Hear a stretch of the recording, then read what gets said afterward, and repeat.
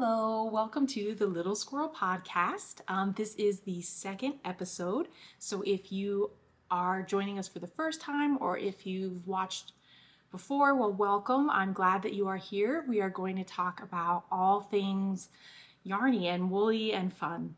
So my name is Sarah, and this podcast is coming to you from Colorado, where I live with my husband Dylan and our three little cats that just keep things interesting around here.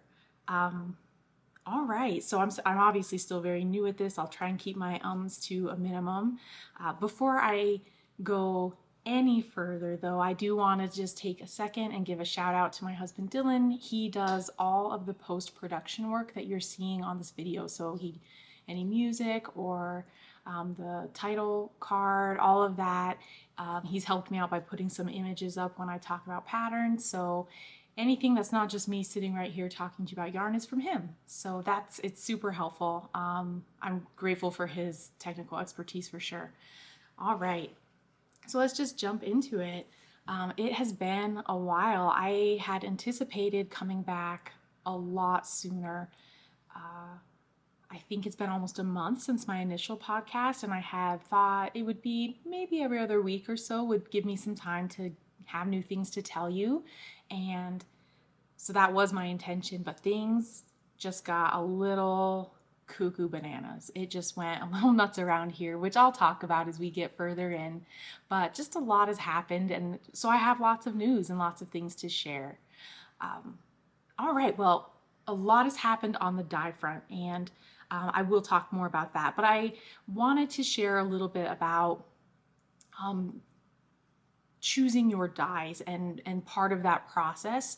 I'm still kind of just getting started, and I'm so grateful for all the resources that I find online. This is definitely a big learning process, and there is lots to find. It's just sometimes the exact thing you're looking for is not as accessible as you might hope for. So I'm so grateful for people who share their experiences, their techniques, all the things they're doing. And that's my hope, is that maybe I'm answering a question for someone that is wondering, how do you do that? How does that work? Because certainly I found myself there, especially in the last month. So when I first started dyeing, and my initial research led me to believe that there were two ways to work with dye. You could either get the primary colors, a magenta or red, a blue, a yellow, and a black. So those four, you could mix a dye stock from them, and then just use those to mix all of your other colors. That was one method that seemed pretty prominent, where you just used your primaries and a black to mix all the other colors. And certainly that would let you really feel like the colors you mixed were yours, right? And you would really know your color theory to be able to do that. The second method was to buy, and I guess they're pre-made colors. I mean, they're just not the primaries. You can buy dye powder in almost any color you can think of. Greens and purples and oranges, fluorescents, so that you're not having to mix those yourself. You can just buy that color as it is, add water, and there you go. So those were the two methods that my initial research showed me, was either mix everything using primaries, or you would have these colors kind of pre-mixed for you. And I wasn't sure which way to go. My starter kit came with the primary colors, and so that is where I started, was with my primary colors mixing. I mixed stock solutions, and then I was able to just work with those. And just to talk a little bit about mixing that stock solution for a second. So this is one of the colors that came in my starter kit. It's an Ashford dye, and this is the hot pink. I don't know if hopefully that's gonna focus for us, guys. Maybe there, and I've got it upside down. There it goes. And so this was 10 grams. The standard seems to be that you mix a 1% stock solution. And so all 10 grams of this went into 1,000 milliliters of water in this bottle that you might remember from my first podcast, right? I'm using the Fiji water bottles because that's what I could find handily, and they're liters. So 10 grams of the dye powder, 1,000 milliliters of water, that gives you a 1% stock solution, and that just makes it easy to really standardize what you're adding into your pot at any time. You don't have to think, what did I mix this time? How did I do that? Because I've definitely come across videos where, they put they might know how much dye powder. It might be a, quarter teaspoon of dye powder in with it's just water enough to dissolve it. And I think you'll get beautiful results. But if you're trying to repeat it, that's where you might want to know exactly what you just did, how much dye you added per, how many skeins of yarn. All that good stuff comes into play if you're trying to get a color that you can repeat. So I did start with my primaries and I mixed a stock solution. What I loved about that was once I had my stock solutions, I could just use those and I didn't have to mix something up every time. I mixed my colors, but I didn't have to mix a dye powder with water and kind of go through that process. It was very quick and easy then to access my dye. But where I struggled then was, how do you get certain colors? Like fluorescents were a big piece of that for me. I really wanted to work with fluorescents, and even knowing as much as I do about color theory, that wasn't in there. I didn't know how I was going to get some fluorescent colors without maybe having those pre-mixed for me. And then the other piece was speckles. I really wanted to be able to experiment with speckles. And while you can do that obviously with the primary colors that I had, right? I had the ability to have a hot pink or a red speckle, a yellow, and a blue, but generally when you speckle, you are using that raw dye powder. You're sprinkling it directly onto the yarn or into the pot as it is. You're not mixing it with water first.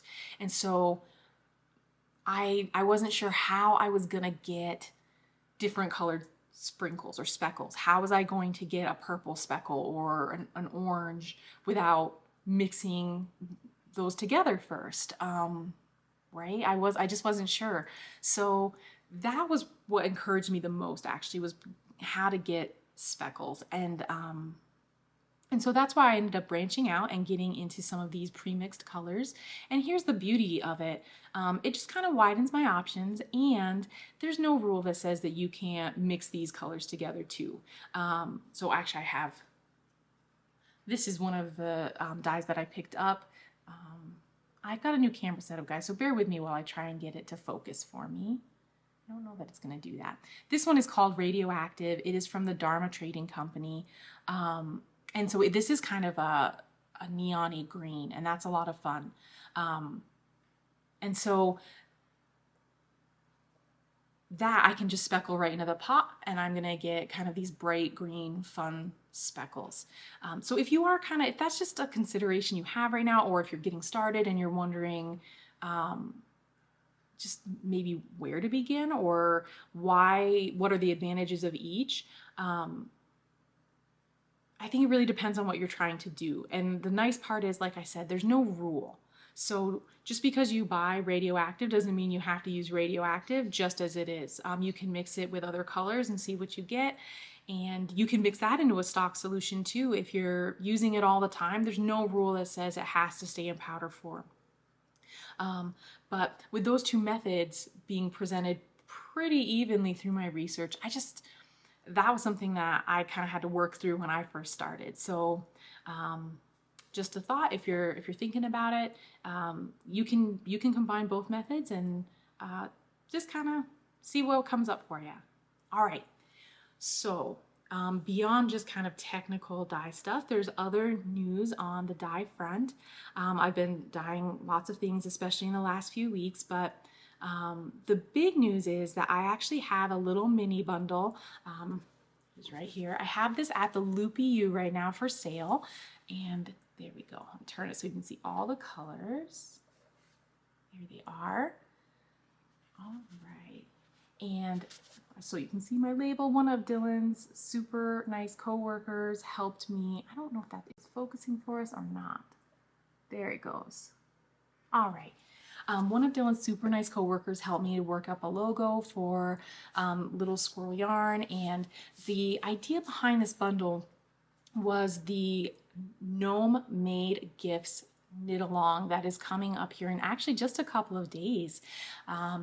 So Imagine Landscapes, Sarah Shira, she designs the most adorable little gnomes. And for the last, I think 2 or 3 years, she has worked with the Loopy U to offer a mini skein bundle that goes along with the knit along. Now, this is not that bundle, but what I found was pretty much every year when we do this, it's always been done as a pre-order where the kits are ordered, I think back in like September, something like that, and then they're sent out in time to start the knit along on December 1st. But whenever we get to mid-November, early December, there's always people who find out about it then, which is, I mean, I'll tell you guys, that's me. I always feel like I'm coming to the party late and that I never know when something's happening. And I don't know if that's just because there's always so much going on and there's all these cool things, and how do you keep track? Or knowing me, probably I know about it and then I'm just dithering about, oh, should I have gotten that kit? I don't know, maybe I'll be knitting something else. So it's always nice to have an option for folks closer to the time that the knit along starts. And so that's where this came from. As I had been kind of experimenting with colors, I was joking about how I'd created a little festive or Christmassy color set on accident, just because of what I had dyed up. And I thought this could be a really fun thing to be able to offer people who maybe are just finding out about the gnome thing now, or maybe just missed out on the advent, because it's, like I said, there's always a million things going on. I think it's so easy to just kind of miss an order deadline. So I talked to Christine at the Loopy U about it, and she was like so kind and very enthusiastic about it. And so we dyed up 20 of these little mini skein kits. They are 5 skeins. They're 20 grams each. So you're getting just about 87, 88 yards per color. And they are at the Loopy U right now. I know there's a few left. So if you're just hearing about the Gnome Made Gifts knit along and you want to join in, this could be super fun. I was thinking it might make some really fun socks. For striping, I just thought it was kind of a fun color combo. I named it the Festive Forest Bushel. Since Little Squirrel Yarn, I thought a little bushel of minis was kind of a fun way to think about it. And I'm super excited about it. I'm super proud to have, you know, my yarn in a shop and at the Loopy U.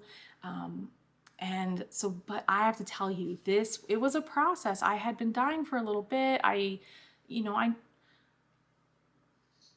There was just a lot. As soon as it was for the reels, as soon as I was dying for someone other than myself, or, you know, outside of just my own personal use, man, I have to tell you, like, anything that could go wrong did go wrong. And luckily I had given myself plenty of time, so I was able to work through all the issues and figure all this out. But it was certainly a learning experience to produce yarn on that larger scale, for sure. And so I made myself like a little lesson list in my dye notebook, because I just couldn't believe, there was things that I knew could go wrong, but hadn't for me, and then they did. And then there were things I didn't even know could go wrong, and they went wrong. So it was an incredible learning experience, quite the process. So I'm going to tell you about some of these things I learned, just in case you don't know about them. So one of the lessons that I learned first, I learned about freckling. And I don't know if you're familiar with that. What happens is that when you mix your stock prior to dyeing your yarn, you usually put a certain amount of dye powder and then mix it with water. And sometimes, just depending on that dye powder, the color, some of those little dye particles just hold out. They do not dissolve. They just kind of stay as they are. And then once they're in the larger dye pot, they land on the yarn, and then they depending, they make a little freckle, or what happened to me is a lot of them, suddenly they would kind of absorb and I'd get this bigger splotch. And where I really kept having it happen was in this lighter color here, this pale gray. It's called Frost, and it is kind of like a warm gray. It has a little bit of this color called champagne in it, and it's really interesting. That's kind of an orangey color, which is surprising, and you certainly don't see that here. But the first time that I went to dye this on full skeins on a bigger scale, all of a sudden I saw these little like rusty speckles in the dye pot, and they attached to the yarn and made these bigger splotches. And I thought initially I had mixed a little bit of like the next dye for the next pot that was going to happen, and I thought some of like an errant piece of dye had somehow gotten into the pot and landed on the yarn. No, it was a little bit of that champagne hadn't actually dissolved and was then deciding to do that in the dye pot in the yarn, and it would make these splotches that obviously you don't want. These are all tonals. There's no freckling in them. And so freckling is, after I did a little research, I learned that is definitely a phenomenon that happens. And there's some ways that you can prevent it. So just a couple of quick tips if you are experiencing freckling and that is not what you're looking for. One, use very hot water when you mix your dye stock. I was getting pretty hot water and then taking it out to the garage where I work. And by the time I'd measured out my dye powder and was ready to use it, it had cooled substantially, and it also wasn't probably as hot as it could have been at the beginning. So you do want almost boiling water to mix your dye stock. It's just going to help that dye dissolve a little easier. So if you are not working right next to like an electric kettle or something like that, measure out your dye powder, then go get that boiling water, add it in, and stir it in, and really stir your dye powder very thoroughly, just to kind of help make sure everything is dissolving. That's the key. The other thing you can do to make super duper sure is that you can strain your dye, and you can do that through a really fine piece of silk, or the other method that I found and that for me was a lot more convenient was to go buy a pair of pantyhose, and you can just strain it through the pantyhose. And so that's another way to do it. And you could just get into that practice with all of them if you wanted to. I tend to do it on dark colors, or if it's something that I notice, like as I'm stirring it, I'll pull the spoon out, and if I don't, if I see like some little granules and I can't seem to get them to dissolve, that's when I'll go ahead and strain it, just to make sure if you don't want freckles, you're not getting them. So those were my 2 freckling tips. I also learned that if you are working with those lighter colors in general, they just require a little extra care. One of the things that I started doing was working with separate gloves for when I was mixing measuring out my dye powder and mixing my dye stock for the day. I have a specific set of gloves that I wear. Dylan had found these bright orange gloves and ordered me some just because he thought they would be fun.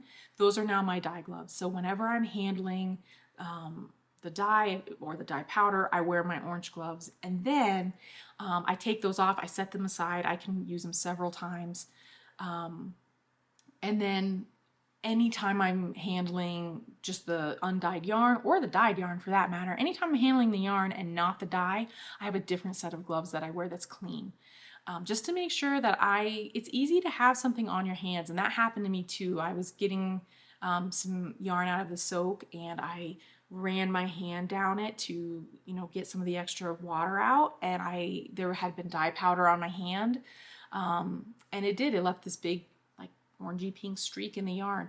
Luckily I was dyeing something that was very dark and used that color, so I went ahead and used those skeins, and you couldn't see any trace of that. But otherwise, if I'd been planning to do that pale gray or even the yellow, that probably wouldn't have worked. So that's another thing. Use separate gloves if that's what makes sense for you. You can have, I have 2 different colors, and so that's what really kind of helps me. Or have a set of like kitchen gloves for handling the yarn, and maybe those lighter, latex gloves for when you're mixing dye. Just that those are a little easier for me to maneuver in, so that's why I have those too. So that was another lesson, was just to be very mindful of my hands and anytime I was using dye. Yeah. So, and then next, I learned that not all primaries are equal. I had a set of stock solution that I was using for my greens in particular. I had, blues and yellows that I was mixing for these two. And about halfway through, I think it was this dark green, I didn't have enough stock solution for all of it. And so the Ashford dye, I've had a hard time sourcing. So I'd ordered Dharma Company blues and yellows. And this probably makes so much sense, you guys. This is probably like no kidding moment. Not all primaries are created equal. So just because it's a standard blue or a standard yellow, it is not the same across the board. I had 2 pots of this green going at the same time, and they were vastly different. One from the previous stock, one from a brand new one, using exactly the same measurements, proportions, all of that. And one was very blue and one was very green. And so I ended up having to completely reformulate those colors just to make sure that they were going to be the same and that I was getting, a similar color to what I'd intended. So they were very, very different. The yellows and blues were so different that I thought there'd be a little difference, but nothing like almost inverse in terms of how much I was using. So just something else to think about when you're dyeing, and if you're switching between colors or stocks, that happens, and it will give you a different color than maybe you were expecting.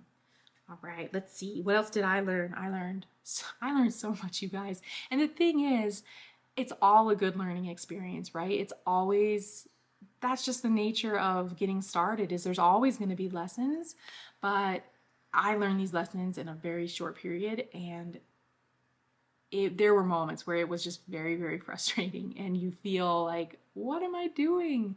And so I'm telling you so that hopefully if you're thinking about this process, like maybe it'll just help you to think, I should have 2 separate sets of gloves or something like that, just to kind of help you. All right. And so the other 2 lessons that I learned, one, again, this is pretty common sense, guys, but sometimes we just don't think things through. Do not dye under time constraints. So there was a day that I was dyeing, and I just had a little bit of a deadline. Like I had some time pressure going, and it really made that part of the process a lot less pleasant. Like that tension was not something that needed to be there. Like you are waiting for a watched pot to boil. Literally, that's what you are doing. You have to watch it to make sure that it comes to the simmer and not much more. And so you do have to keep an eye on it, and you are waiting for it to simmer. So, I mean, that is enough of a process without feeling like, oh my gosh, this needs to happen faster. So if you have somewhere to go, just don't do it, right? You don't want to be feeling that pressure and that rush when you're waiting for the dye pot to come to that simmer. You just want to let that be able to happen and to not stress out about it. And then the last thing I learned, this was a huge lesson, and this was one I knew about. I'd seen on several videos, they talked about to be very mindful of how you handle your yarn. You soak it first, and then you put it in the dye pot. And any time that you are picking that yarn up, you need to just be really mindful. That's what everybody said over and over again. Just be so careful. Now, I was mostly working with mini skeins, a few full skeins here and there, but just one at a time. And maybe that's why I was lucky. Because this had not happened to me until I was right in the middle of everything. And so I pulled a skein of yarn out of the little tub I had it soaking in, and I don't know what I did, except that it was wrong. That's what I can tell you. What I did was wrong. And so it created the most tangled mess you can imagine. And then the next one did the same thing. So I don't know what was going on. I have them here to show you my super yarn shame. Maybe this is just one of them. This is one of them, right? I don't know if you can see this. This is undyed because I was not about to put it into the pot this way. Look at this tangle. That, I mean, there you go. That is a tale of woe if ever I've seen one. And then you can see that doesn't look much better. I don't even know what happened here, you guys. Here's what I'm going to tell you and how to not do this. One, when you get these guys, they come pre-tied. The skeins that I've been ordering, they come pre-tied, but they are tied with the same kind of yarn. It's that natural undyed yarn. And so once you have it in water, it's really easy to lose those ties. You will never find them again. And usually what I do is you can use reusable zip ties, or you can use like a big shower ring to put around the hank. Obviously this isn't the best example, but you could put it around the hank before it does this. And that way you have this really nice handle that you can just pull out of the water. Even then I'm careful, but it gives you this really safe place to grab the skein. And usually I do that before I ever put the skein into the soaking tub. But I think this was the same day that I ran into the time constraint. I think there was just a lot going on this day. I'm not sure why I had chosen to dye at that moment. And I was still dyeing in my kitchen at that point because we had some other stuff going on, and I'll talk about the garage in just a minute. And so I think my little cat Frank was over there like kind of, he just gets into stuff. And so I was nervous about him being around, and I think I just popped the yarn into the soak tub without putting the reusable zip tie on it. And like I said, that's usually the first thing I do. I get the yarn out, I unskein it, I make sure that the ties are nice and loose. I kind of shake the skein out just to make sure everybody's got room to move around. And then I put the zip tie on because that just gives me a really safe place to reach in and pull it out. And I didn't that day. And my thought was, well, I'll do it right before I put it in the dye pot. Like I said, once you've got that yarn in water, you will never find those ties again. They blend right in with everything else. So the other thing that I've started doing, one, I zip tie first thing, non-negotiable. And two, I put my own tie in there. I put in a colored tie, just whatever scrap yarn I have hanging around. I cut a piece of it and I do that figure 8 through the skein. Because that, I call it my lucky tie. That gives me one more thing, another access point for that yarn where I can see, hey, that's not the string. If I pull right there, I should be pretty safe to pick this up. If for whatever reason that zip tie is just not presenting itself. So that's another thing I do. That's probably overkill, but you just saw what happened. I don't know if I'm ever gonna get that untangled. So just a thought. It really doesn't hurt to have a couple different ways to pick that yarn up. And they are not kidding. When I think it was Nicole at Hue Loco was the one that really first said it and said, just be so mindful of how you pick that up out of the water. Because it can make the worst mess you've ever seen. And I've wound a lot of yarn in my time. I've seen a lot of tangles. I've never seen anything like that. And when it is dripping wet because you've been soaking it for however long, or if you dyed it. I mean, think about if that had happened coming out of the dye pot, that'd be a bummer. You just put all that time into dyeing it, and then, I mean, that's going to be several hours to untangle if I go that route. One of them, I've gotten minis out of it. I've untangled enough so that I can do like little test dyes with it. But yeah, that's going to be a process. So that's the other thing that I would just encourage you to do is get a reusable zip ties or shower rings and put those on right away before you do anything else with the yarn. That's your first step. All right, a couple more things on the dye front. I've done a few more things. So one, last time I was talking about Summer Lee's pattern, the slipped rib socks, and what I thought would be fun was to dye my own yarn to make them. I have plenty of sock yarn. I didn't need to do that, but I thought that would be a really kind of cool thing to do. And it would be my first set of socks that I knit up using my yarn. So that was what I set out to do. And I have these 3 skeins here. I'm going to talk a little bit about it. I don't know if I'm going to use these or not. I'm going to at least use some of them. So I have this really pale gray for the main color. And I have the orange. I think this was going to be for heels and toes. I think that was my plan. And then the blue one, it was not supposed to be blue. So that is one last dye lesson that I can share with you. Double check the name on your dye tub when you go get it. I have 2 dyes that are, to me, they're very similarly named. I have Spearmint Breeze, which is what I was hoping for. And Spearmint Breeze I thought would be kind of a minty green. And then I have one called Sea Spray, which is supposed to be kind of maybe a little bit of a blue, kind of a blue-green, but more blue. It definitely leans more blue.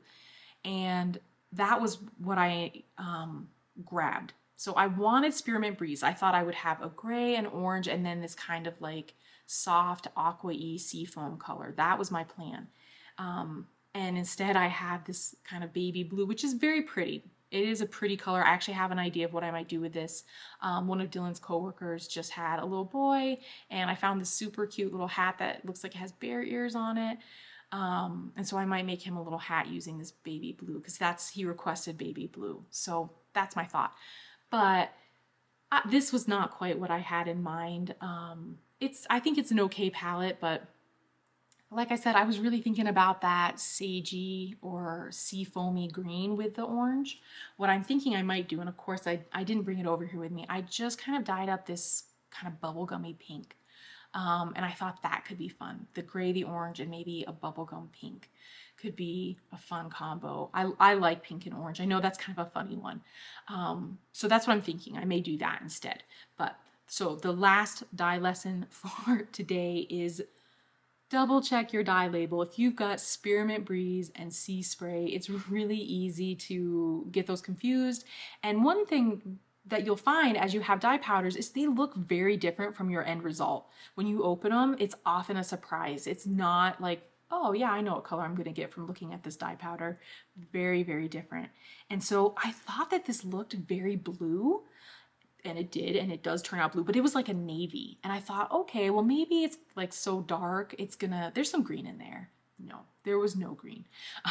And so I have this, like I said, I've got a plan for this, but this was not quite what I intended when I was gonna dye up my palette. And then the last little bit of dye news that I have for you, I don't know if I shared this last time. This is my first skein of worsted weight, and I've mostly been dyeing fingering weight because that's kind of my preference, but we're getting into like hat and mitten season, so I don't know. And it's just good to try out the different weights. So this is worsted, and this is kind of a like spicy cinnamon red color that I've been toying with. I thought it'd make a good hat, and so I have it all caked up here, and this is going to be the Fortnite hat by Jared Flood. And I'll try and put a picture over here, or ask Dylan to put a picture in over here so that you guys can see it. It has a garter rib brim, which I really liked. I liked that instead of just the 2x2 rib, however, just that normal rib that you see, that vertical rib. This has got a garter rib. And the only bummer about that, I never think about this. I love garter rib. I just like it. I think it's kind of a cool looking stitch anyway. When you knit it in the round, it is not just knit every row. I'm gonna have to knit a row, purl a row, knit a row, purl a row. And those purl rows, I don't know that any of us love them, so that part I'm not as excited about. I'm excited for the hat. I think it looks great. So you have this pretty wide garter rib brim, and then you've got cables. And I just thought that would be really fun. I like the idea of cables with this. It's such a rich color, and it's for my husband Dylan, so I let him kind of look at the hat patterns too, and that's what he liked, that one too. So hopefully I'll get that one going soon. I don't have much on the needles right now, but yeah, I'm hoping to get that hat going soon, and we'll just see how that garter rib goes. It's a good reminder. I never think of it until I'm in the middle of I get into the project and I think that's right. Garter rib is not the same in the round as it is when you're knitting flat. So good reminder, right? Good reminder. If that never occurs to you, then we are in the same boat. All right. So that wraps up all of the dyeing stuff that's been happening right now. And so let's talk a little bit about, I have some finished objects for you, and that's pretty exciting. These just happened last week. It's been a month and I barely have the socks that I showed you last time finished. Because we just had a lot going on, and I will take this moment right now to talk about that. So I think the last time that I made the podcast, I think it was late October or so, guys, and now we are almost to December. So we had two giant house projects that happened pretty much right after I recorded that last podcast to last week. The first thing we did was finished our garage. So I'm going to give you like the 5-minute version here of all this stuff because it's not knitting related, but it explains why I have not had very much knitting time. So we finished our garage. We use that area a lot as a workshop. Both my husband and I do things that happen out there. He has a laser cutter and he does things with puppets and the little war hammer guys, and that involve gluing. So that just happens outside. And then with the dyeing, once I kind of got more involved in that seemed like a good thing to put out there too. It's not a great thing to have like in your kitchen, just on general, like on a regular basis. Not the best. So really it was the laser cutter that encouraged us to go ahead and finish it. As we got into those cooler temps, we realized that probably that guy was going to be happier if it was warmer in our garage. So the option was kind of to finish insulating and drywalling the garage, or to just bring that guy inside. And it's a big machine. If you've not seen a laser cutter, which I hadn't, it's like a giant printer. It's like 2 or 3 times the size of our like printer that we use. So it's this big, massive printer, and it would have probably ended up like needing to live on our dining room table, and it would have taken up like a third of it. So we went the other route. I said I was giving you the 5-minute version. This is not the 5-minute version. Let's speed it up. So we finished our garage. We did the insulating ourselves. We also had to clean out our garage before we could do that, because I don't know who has just a perfectly clean garage. I'm an envy. If that's you, I'm an envy. We had to clean out our garage. We finished the insulating. We had somebody else come in and do the drywall and the finishing for us, and then we painted it. During that time, so that we could have access to all the walls, everything that lived in our garage, or a good chunk of it, came and lived in our house. So all of our Christmas decorations, our bikes, just all the things that they live in the garage, they were now living like in our house, in our bedroom, in our living room, anywhere we could find a little place to tuck them, that's where they were living. And so that was just kind of crazy. So everything got drywalled, and then we took the time to go ahead and paint it, which garages are big. I know obviously because you put your cars in there and a whole bunch of other stuff, clearly.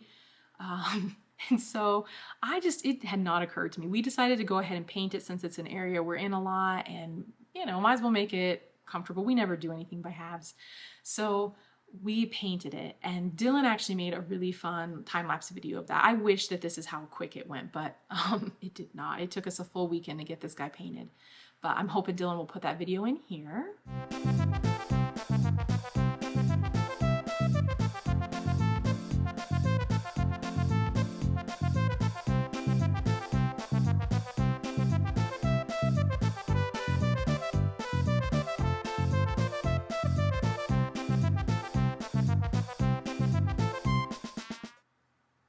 All right, so then once we had it painted, we moved everything back out into the garage, and we had about a 2-week period. That's when I was dyeing all the mini bundle stuff.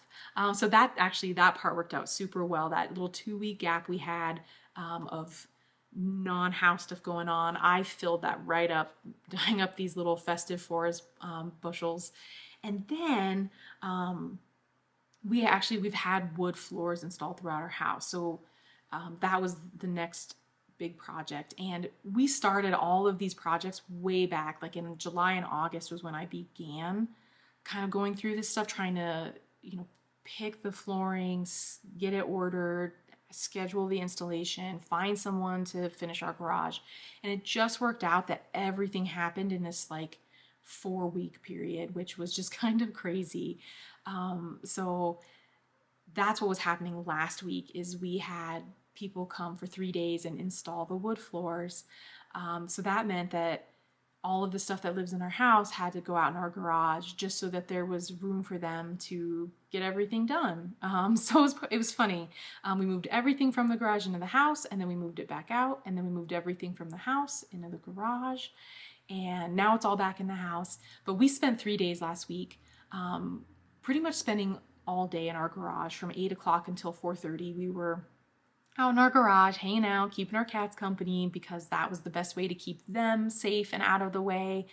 And it did make for a long 3 days, honestly. I'm very glad it's done. The floors look great. We're thrilled. But it was just a big project to have happen. And so actually it was last week. That's when I finally had time to get some knitting done because I was just sitting in my garage and it was a little chilly. And so I did get some knitting done, and that's what I'm going to share with you. So I finished my spooky knit along socks just a month late, right? And here they are. So this, I showed you the start of these last podcast, and so they are using Moon Glow Yarn Co. This was their, I think it was their spooky cauldron or crazy cauldron sock set. That's what it is. Crazy cauldron sock set. So it is 7 little mini skeins, and then you get a main color that you can get 50 grams or 100 grams. I just got 50 and I have plenty left. And I just kind of made this pattern up as I went. It's a vanilla sock, but in terms of, the little striping sets, I just kind of made that up. So it would be kind of a fun way to transition between colors. That was my thought. And I do still need to kind of finish my ends. I do them as I go, but I kind of go back and secure them when I'm finished. So that part still has to happen, and there's a lot of them in there. So these were for my husband Dylan. They are my crazy cauldron sock sets, and so he is all set for Halloween next year. I love these colors together. Whitney she makes the most beautiful palettes, I think, and such fun, crazy colors. I love that pink in there. I wouldn't have thought to do that. Just really fun color set. And then I also finished my socks, my Halloween socks. These were a sock set that I had bought, not this year, but last year from the Lemonade Shop. It was called It's Never Too Early for Halloween. And so an orange skein with a little purple mini for the heels, toes, and cuffs. And the pattern is the daily socks from Summer Lee. And so it's got a nice little bit of texture to it if that's coming through. Yeah, and so I got those done too. So I have 2 pairs of socks finished, and that was an accomplishment. There was so much going on. Getting those 2 sets of socks done felt like an achievement for sure. And so those are my finished objects, and I do have a few. I keep trying to close my notes. If you see me like fiddling around over here, that's what I'm doing. I should not close my notes, because that's where I write down pattern names and keep myself on track. So in any case, I do have 1 new thing started, and now that's not actually true. I have 2 new things started. One of them is a baby hat, and I am not, all the people my husband works with are having babies. So this is even a different one. So I started it and I don't love it. So I'm not going to show it to you because I'm just not sure what I'm going to do with it. It's just, I combined 2 colors and they're really dark together, and I wasn't expecting that. So I don't know. It's hard to work on it when you're not excited. And so I'm trying to kind of like reconcile this with myself. Just, it's a baby hat. It's going to go fast. You know what? It's just sitting on the other side of the camera. Hold on. I'll just get it. So it's a baby hat. I know it's going to go fast, but isn't that the worst? I know we've all done this. So anyway, this is the little baby hat. You can see it. It's just stripes, and it's not the pattern. I've done the pattern before. It's got a little rolled brim. It's super cute. You knit it up to the top. You do a little bit of an I-cord, and then you tie it. And so you get this cute little knot at the top. It's adorable. So it's just my color choices, I think. He had, Dylan asked his coworker, what his preferences were, and he said, greens and grays and whites. And so this was a color combo that I'd kind of set aside because I thought it'd be a fun sock combo. I thought this was for the main color, and then I had this darker kind of teal for the heels and toes. And excuse this cake, by the way. This was a sock already once, and I frogged it. And then this is now how the cake is. So anyway, I love this color. This was a Blue Moon Fiber Arts exclusive with Loopy, probably, I want to say, almost 5 or 6 years ago now. And I just love that minty green in there with the rusts. It was a beautiful sock. I frogged it because I wasn't sure about, I think I made it too small. So anyway, it wasn't anything to do with that. But anyway, I had set these aside. And so then when the baby hat came up, I thought, yeah, these would work. Greens and grays and whites, a little rust, because why not? And it's just making it really dark. I think that this teal is making this, it just kind of hides it. So I don't know. I'm trying to motivate myself to just like knit it up and get it done because it's gonna be cute, but it's hard if you're not super excited. And with a baby hat, you don't have a ton of time, right? Babies grow quick, and so I don't want to drag my feet. Anyway, the other thing that's been happening is I knit on a sock, or I cast on a sock that I just love. And so that's also making it hard because I just want to work on this. So I'm going to show this to you. So it was either Thursday night or Friday, I learned about Sockmas. And again, I know I said like I'm always late to the game. I'm always late to the game. Is Sockmas a thing? I don't know if people have talked about that before. It's not anything that was ever on my radar. I had a coworker at Loopy that used to cast on a pair of socks on Christmas Eve, and then they would, work on them throughout the day on Christmas, and until they were done, obviously. But I just thought that was a lovely idea. I loved that. But she didn't call it Sockmas, and I didn't know. Maybe Sockmas is a thing. Anyhow, I just learned about it. And the way I learned about it was Nitty Natty on Instagram, and I'll put all this below in the comments, guys. So she is the one hosting this Sockmas, and the rule was as long as I'm reading them correctly, and I read them twice. So you just needed to cast on anytime on or after Friday, November 26th, and then, or maybe that was the 25th, the Friday after Thanksgiving, and then finish them by December 16th. And if you used she had some sock sets in particular that if you used, you got bonus entries, and then, or if you were using a Christmas themed sock in general, you got a bonus entry, or you can just do whatever you want, which is kind of what I'm doing. So here is the sock, and I'm super excited about it for a number of reasons. I'm going to tell you about that. So this is just a waffle sock, and it's a pattern that I made up a bunch of years ago. Waffles, I know I did not come up with waffles, but in terms of this pattern, I just made up how I did it. About, I would say, a month after I started working at Loopy, I heard a couple of folks talking about a waffle pattern. And the way they described doing it was that you knit 2 rows and then you knit 2, purl 2 for 2 rows. And then you just repeat those 4 rows throughout. So you knit 2 rows, knit 2, purl 2 for 2 rows, and then you get this kind of a pattern. Well, I love waffles, and I didn't find a pattern specifically for waffle socks. I'm sure it's out there. And so I've been doing just this particular pattern. It's Dylan's favorite. It's real squishy and stretchy. So this is one I use all the time for him. However, I've not done it on a fairly solid sock before. Everything I've ever used it for was really, really variegated. And so I really love how well you can see the sock pattern, the divots. I just love that. And I'm going to show you the yarn. So this is a lemonade shop. It's called Goldfish. And it is this beautiful, soft aqua-y green with these orange and yellow and a little bit of red speckles in there. So it's almost mostly solid with just these little flecks of color. And I love those little flecks of color. And I love how solid it is because I can really see those little waffle pattern for the first time. And so I'm really excited about that. And then the orange is actually one of my colors. So that was the other piece that made me really excited, was that I could take this really beautiful yarn that was already in my stash and, use something that I made to go with it. And so this was an orange that I dyed up. I think I did it on Halloween, which I think is kind of fun. Because why not? If you're gonna dye on Halloween, let's do an orange. That just seemed right. So yeah, I have this kind of, it's looking kind of bright on my monitor there. It's more of a red orange. And so it's coordinating, I think, pretty nicely with my seafoam green. And I just got into the heel flap.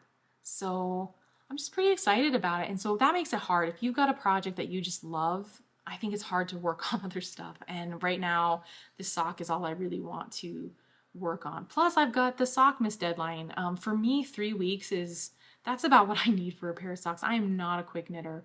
So, and plus I've got some Christmas knitting I gotta think about. Oh man, I've got Christmas knitting I gotta think about. Not the time to think about that. A podcast is not the time to think about your Christmas knitting. So in any case, that's what I'm working on right now, this sock. And then I do have that little baby hat. So, we'll see how it all goes. I'll report back. All right, so those are my current projects. And I have just a couple more things that I want to share with you. I'm going to start by talking about a few patterns that have caught my eye lately.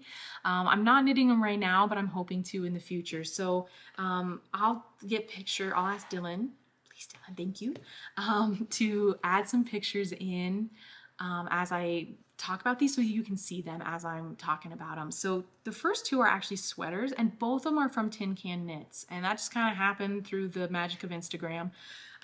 So one of them is called the Bumble sweater, and that is an Aran weight sweater, and again from Tin Can Knits. I'll put all of this down below so that you can reference it.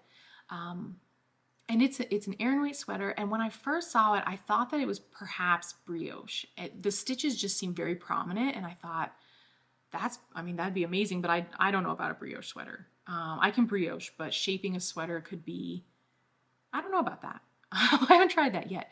But once I researched it a little bit more, it is not brioche, it is a slipped stitch. And so if you are not a brioche person, this could still be for you. It looks really cozy and warm. And I loved how prominent the stitches looked in there. It just looked like a really comfy sweater. So the Bumble sweater was the first one that I saw. The second one, also from Tin Can Knits, it's called the Wander sweater. And it's a sport weight sweater. And what I love is it's a raglan sweater. And then you'll see right there, it's got that garter ridge detail in it. I think the main panel in the front is a garter ridge. So that's going to be a knit purl situation, I think, for your rows. And why do I love garter rib? I just do. And in the round, it's not the friendliest it's not the quickest stitch. That's what it is. It's friendly. It's just slows you down a little bit. And then the other feature that I just thought was beautiful is it has these I think there's 5 braided cables down the front. And so it's just this beautiful, like very classic looking sweater, but again, very comfortable and wearable. So I'm thinking about that too. Maybe I'll start bringing them in after the new year. I have a fair amount of sweaters on the needles, you guys. I'm terrible about finishing them. But I love the idea of hand knit sweaters, and they're so comfortable and they're so useful. That's really where sweaters come in for me. Socks and sweaters, they're just wonderful things to knit because you're going to use them. You'll wear them. And so I love looking at sweater patterns, but again, I know I kind of need to get a few things off the needles before I really jump into that. But those are beautiful. If you're looking for sweater patterns, both of them just look super cozy, very comfy, and that's really classic design. All right, and then the last pattern that I wanted to share with you is called the Dawn socks, and those are from Bloom and Create. It looks like a fairly, like a mild pattern. So it's nothing, like not a crazy stitch pattern, no heavy cables, just this like very subtle, beautiful pattern. And one of the things I loved about when I saw them, it was just the colors. I love that there's 3 colors incorporated. I actually love the palette that she used with kind of a yellow and a green and this soft peachy pink. Just that's gorgeous. But you would have so many choices, I think, to make those fun. And it looks like a fun knit, right? I sometimes like a little bit of something in my socks, just a little, obviously, I've got my waffle socks that I'm working on, the daily socks by Summer. They've just got that little bit of texture to them. I love knitting socks, but vanilla socks are not always my go-to. I usually want just a hint of something in there, and those seem to offer that. So I'm definitely looking at those Dawn socks too, thinking those could be a fun project coming up. So the last thing that I want to share with you today is what I'm reading. And so I do like to I'm always looking for good book recommendations, guys. So if you are reading something that is fabulous or you've already read it and you want to tell me, I would love that. Please feel free to put that in the comments below, because again, I'm always looking for a new book to read, and I especially feel that way right now. So, and I'll tell you why. So I finished reading The Unlikely Adventures of the Shergill Sisters. That's what I was reading last time. And I liked the book, and I don't have any issue with reading the book. I'm not saying this very well. Okay. So here's what I want to say about that. It did end up getting a little heavier than I expected. And there's just some themes in there that the title of the book is The Unlikely Adventures. And to me, an adventure is something that is positive and fun. And that's not really what this book was about. It was about some like pretty major life events that, change these three sisters fairly dramatically. And like I said, I enjoyed the book. I liked the characters. I liked it. It ended very well, but I was maybe 70% of the way through it, and I started to wonder kind of, how is this going to end? And the author did a very good job of not presenting you with all the facts at once. So you knew some stuff had gone on, but you didn't find out until much later in the book. And some of those things were just a lot heavier than the books I tend to read. And I'm like I said, I was okay with it. I did not cry.